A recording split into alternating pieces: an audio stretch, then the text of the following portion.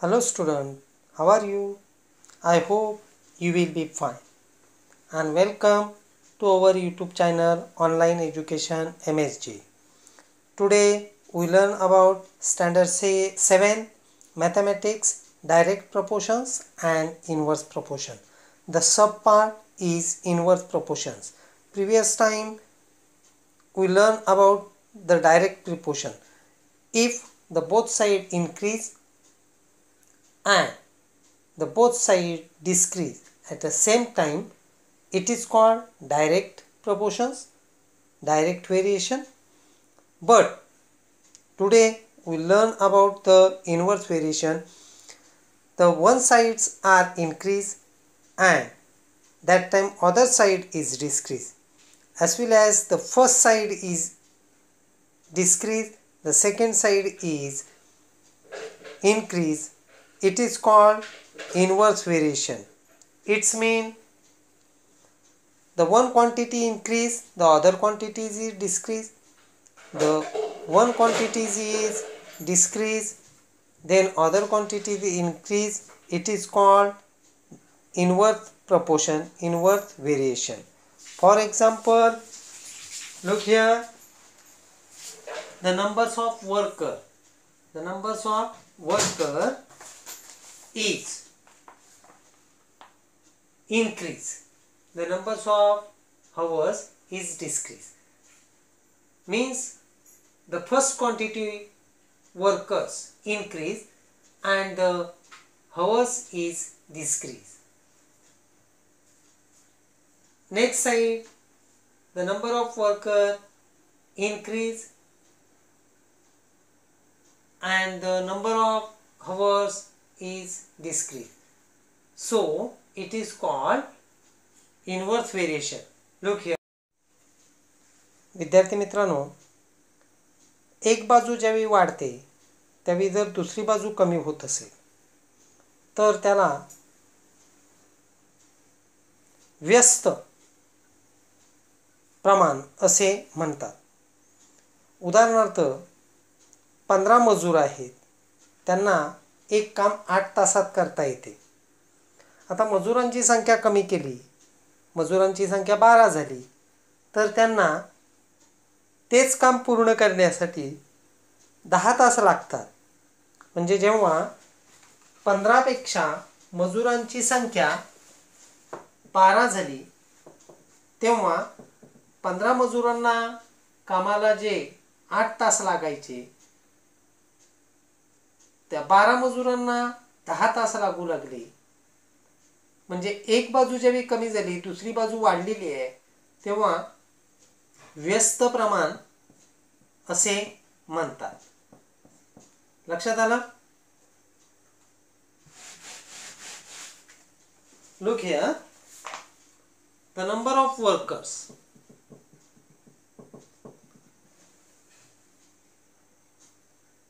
The number of workers and required hours. Okay, requires hours. Look here, if the 15 workers complete a task in 8 hours, the number of worker is decrease, then required hours are increase. Look here, the first time 15 workers complete a task in 8 hours, but the number of worker is decreased, it's 12, then the number of hours is increased. Means first side increase, first side decrease, then other side increase. Here are decrease and here are increase. So it is called inverse variation, inverse proportions. Do you understand? Means one quantity decrease, then other quantity increase. The first quantity increase, then other quantity decrease. That time called inverse proportion. Okay? Now practice set number 38. The first example given there, 5 worker takes 12 days to weed a field. How many days would 6 workers take? And how many would 15 takes? विद्यार्थी मित्रांनो, 5 मजुरांना एक शेत weeds म्हणजे शेतातील गवत काढण्यासाठी 12 दिवस लागतात. तर 6 मजुरांना किती दिवस लागतील? 15 मजुरांना किती दिवस लागतील? The first part, 6 work. Now look, the number of workers 5, required days 12, and the number of workers is 6, then required days is x. Let us the number of days is x. Now look here, a task complete by 5 workers in a 12 days. Now the number of workers is increased. It means required days are decreased because the number of workers are increased. So it is inverse way proportion, and every time the ratio of these both numbers are equal. So 6 into x is equal to 5 into 12. X is equal to 5 into 12 divided by 6. Every time the number with letters is used to the division. 6 ones are 6, 6 twos are 12. Now 1 is the denominators. X is equal to 5 twos are 10. The required days for the 6 workers is 10. Do you understand? Okay. विद्यार्थी मित्रांनो, मजुरांची संख्या किती होती? मजूर आणि दिवस. बघा, मजुरांची संख्या किती होती? 5. त्यावेळी आवश्यक दिवस 12 होते. आता मजुरांची संख्या 6 झाली तेव्हा x दिवस लागतील असे मानू. x दिवस लागतील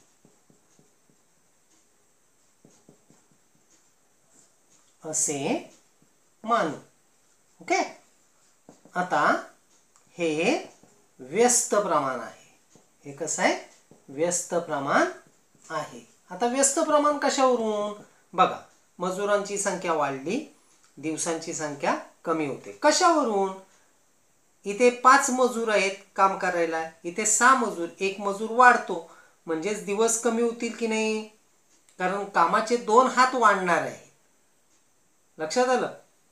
म्हणून एक मजूर वाढल्याबरोबर दिवसांची संख्या कमी होणार आहे. हे साधं मनात ठरवायचं लॉजिक आहे. जेव्हा एक संख्या वाढते दुसरी संख्या कमी होते तेव्हा इथे व्यस्त चलन असतं, व्यस्त प्रमाण असतं. आता व्यस्त प्रमाणात हा गुणाकार असतो तो सारखा असतो. लक्षात आलं? हा गुणाकार सारखा येतो. म्हणून 6 गुणिले x बरोबर 5 गुणिले 12. x बरोबर 5 गुणिले 12 भागिले 6. अक्षराबरोबरची संख्या नेहमी छेदात वापरावी. 6 एक्के 6, 6 दुने 12. x बरोबर 5 दुने 10. म्हणजे किती दिवस लागणार आहेत बाळांनो? 10 दिवस लागणार आहेत. Now be part. It is A part complete. Now B part. 5 workers, 5 days 12. Now 15 workers, X days. You know, the number of workers is increased. It means the days are decreased. Let us the number of days is X. Okay, it is inverse proportion. So every time in the inverse proportion, 15 into X is equal to 5 into 12. X is equal to 5 into 12 divided 5 ones are 5, 5 3 the 15. 5 ones are 5, 5 3 the 15, 3 ones are 3, 3 4 the 12. X is equal to 4. Required days is 4 for the 15 workers. विद्यार्थी मित्रांनो लक्ष द्या, जर मजुरांची संख्या 15 असेल तर आवश्यक दिवस किती? इथे हा गुणाकार सारखा असतो म्हणून 15 गुणिले x बरोबर 5 गुणिले 12. x बरोबर 5 गुणिले 12 भागिले 15. 5 एके 5, 5 त्रिक 15, 3 एके 3, 3 चौक 12. x बरोबर 4. आवश्यक दिवस किती आहेत? 4 आहेत. विद्यार्थी मित्रांनो या पद्धतीने समजून घ्या. Now next example. Mohanrao took 10 days to finish a book reading 40 pages every day. How many pages must he read in a day to finish it in 8 days? Now look here. 10 days, 40 pages. Now 8 days. Okay. Number of days and number of pages. Okay. 10 days. Speed is 40 pages every day. It's mean 40 into 10 is equal to 400 pages in this book. Next, if the book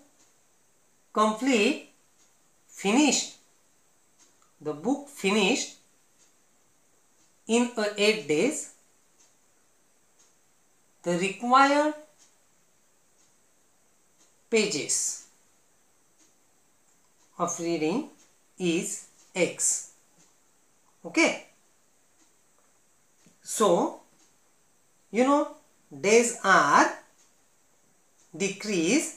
It means the number of pages of reading is increases. It means the one side are decreased, the other side increase. So 8 into x is equal to 10 into 40. Then x is equal to 10 into 40 divided by 8. 8 ones are 8, 8 fives are 40. Then x is equal to 10 fives are 50. 15 days are required to read this book, complete the book. Okay, look here, 10 and 40, the multiplication is 400. The 50 and 8, it is 400. Do you understand? विद्यार्थी मित्रांनो लक्ष द्या. मोहनराव 10 दिवस एक पुस्तक वाचतात. तेव्हा दररोज 40 पानं वाचली जातात त्यांच्याकडून. आता 10 दिवसांच्या ऐवजी त्यांना 8 दिवसात ते पुस्तक वाचून पूर्ण करायचं आहे. तर त्यांनी किती पाने वाचावीत दररोज? 10 दिवसामध्ये 400 पानं वाचतात ते, म्हणजे दिवसाला 40 पानं वाचतात. तर 8 दिवसामध्ये पुस्तक वाचण्यासाठी त्यांना x पानं वाचावी लागतील. सहज आपल्या लक्षात आलं पाहिजे 10 दिवसात दररोज 40 पानं वाचून पुस्तक पूर्ण होतं. तर 8 दिवसामध्ये पूर्ण करायचं असेल तर वाचावयाच्या पानांची संख्या वाढवली पाहिजे. म्हणजे इकडची बाजूच्या वेळी कमी होते, इकडची बाजू जेव्हा वाढते, बघा 10 पेक्षा 8 कमी झाले, 40 पेक्षा इथली पानं वाढणार आहेत. अशा वेळी व्यस्त चलन असतं आणि व्यस्त चलनामध्ये हे जे गुणोत्तर आहे अंश आणि छेदाचं, ते गुणाकार सारखा असतो. म्हणून 8 गुणिले x बरोबर 10 गुणिले 40. आता x बरोबर 10 गुणिले 40 भागिले 8. 8 एके 8, 8 पंचे 40. x बरोबर 10 पाची 50. आलं का लक्षात? म्हणजे 50 पानं दररोज त्यांना वाचावी लागते. समजलं का बाळांनो? Very good. Next example. Mary cycles 6 kilometers per hour. How long will she take to reach her auntie house, which is 12 kilometers away? If she cycle at speed of 4 kilometers hours, how long would she take? विद्यार्थी मित्रांनो, मेरी 6 kilometre वेगाने 12 किलोमीटरवर आत्तेच्या घरी जाण्यासाठी पोचते. त्याच वेगाने ती जाण्याऐवजी 4 किलोमीटर वेगाने गेली तर 12 किलोमीटरवरील आत्तेच्या घरी जाण्यासाठी तिला किती वेळ लागेल? मग जेव्हा 6 किलोमीटर वेग आहे तेव्हा 12 किलोमीटरसाठी तिला 2 तास लागणार आहेत. म्हणून इथे आपण 6/2 वापरलेले आहेत. एका तासात जर ती 6 किलोमीटर जात असेल तर 12 किलोमीटरला जाण्यासाठी तिला 2 तास लागणार आहेत. म्हणून 6 आणि 2. लक्षात आलं? आता ती 4च्या वेगाने गेली तर तिला 1 तास लागतील असे मान. So student, the speed of cycle is 6 kilometre. The speed of cycle is 6 kilometer. It's mean the distance 12 kilometer covered in a 12 hours. Sorry, 2 hours. So 6/2 is equal to, now speed is decreased. The speed is decreased is meant required hours is increase. It is decrease, it is increase. So it is called, let us we use the letter x and it is inverse proportions. 4 into x is equal to 6 into 2. X is equal to 6 into 2 divided by 4. 2 1s are 2, 2 2s are 4, 2 1s are 2, 2 3s are 6. X is equal to 3. Do you understand? Required time 3 hours. Required time 3 hours. Look, the distance, sorry, वेग 6, वेग आहे किती? 6. त्यावेळी तिला 12 किलोमीटरला जायला वेळ किती लागणार आहे? 2 तास लागणार आहेत. जर ती 4च्या वेगाने गेली तर 1 तास लागतील असे मानू. म्हणून विद्यार्थी मित्रांनो, 4 गुणिले x बरोबर 6 गुणिले 2. x बरोबर 6 गुणिले 2 भागिले 4. बेग के बे, बे दुने 4, बेग के बे, बे त्रिक 6. x बरोबर 3 एके 3. 3 तास लागतील. तिला 4 किलोमीटरच्या वेगाने जाण्यास 3 तास लागतील. लक्षात आलं का बाळांनो? Very good. The stock of grains in a government warehouse lasts 13 days for 4,000 people. How many days will it last for 6,000 people? विद्यार्थी मित्रांनो, सरकारच्या गोडाऊनामध्ये 30 दिवसाला 4,000 लोकांना पुरेल एवढा धान्य साठा आहे. जर लोकसंख्या 6,000 केली तर किती दिवसात तो धान्य साठा संपेल. Now look the number of days 30. Okay, people 4,000. If the number of people is increased, then the number of people increases, it means the days are decreases. Let us use the letter X for the days, and it is inverse proportions. So X into 6,000 is equal to 30 into 4,000. Okay, X is equal to 30 into 4,000 divided by 6,000. 0 goes to 0, 0 goes to 0, 0 goes to 0. Okay, 6 ones are 6, 6 5s are 30. Okay, now 1 at the place of denominators, so X is equal to 5 for the 20. Days will it last for 6,000 people. विद्यार्थी मित्रांनो लक्ष द्या.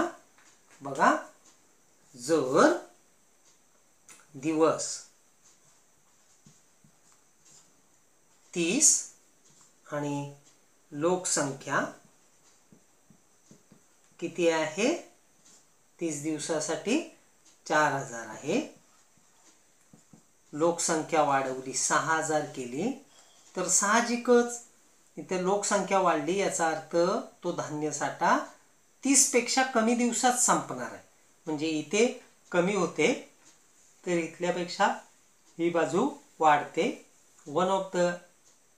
एक बाजू वाढते, दुसरी बाजू कमी होते. त्यावेळी आपलं व्यस्त चलन आहे, व्यस्त प्रमाण आहे. व्यस्त प्रमाणात अंश आणि छेदाचं गुणोत्तर सारखं असतं. म्हणून 6,000 गुणिले x बरोबर 30 गुणिले 4,000. x बरोबर 30 गुणिले 4,000 भागिले 6,000. हा शून्य गेला शून्याला, हा शून्य या शून्याला, हा शून्य या शून्याला.